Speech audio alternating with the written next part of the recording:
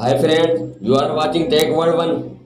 iQOO has released Pay 2 Pro feature the same basic design with the previous model, featuring a larger 13-inch IPS LCD touchscreen display with peak brightness 900 nits with the 2064 by 3096 pixels resolution and 144 Hz refresh rate.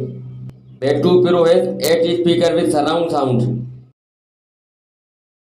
The iQOO Pay 2 Pro features a 11,500 mAh bigger battery with 66 watt fast charging. It has 8, 12 and 16 GB of RAM and 256 and 512 GB of storage.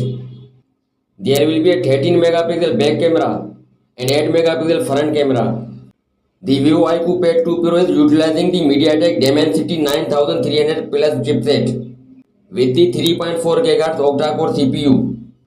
The Pad 2 Pro will run on Android 14 operating system and come in silver, blue and grey colors.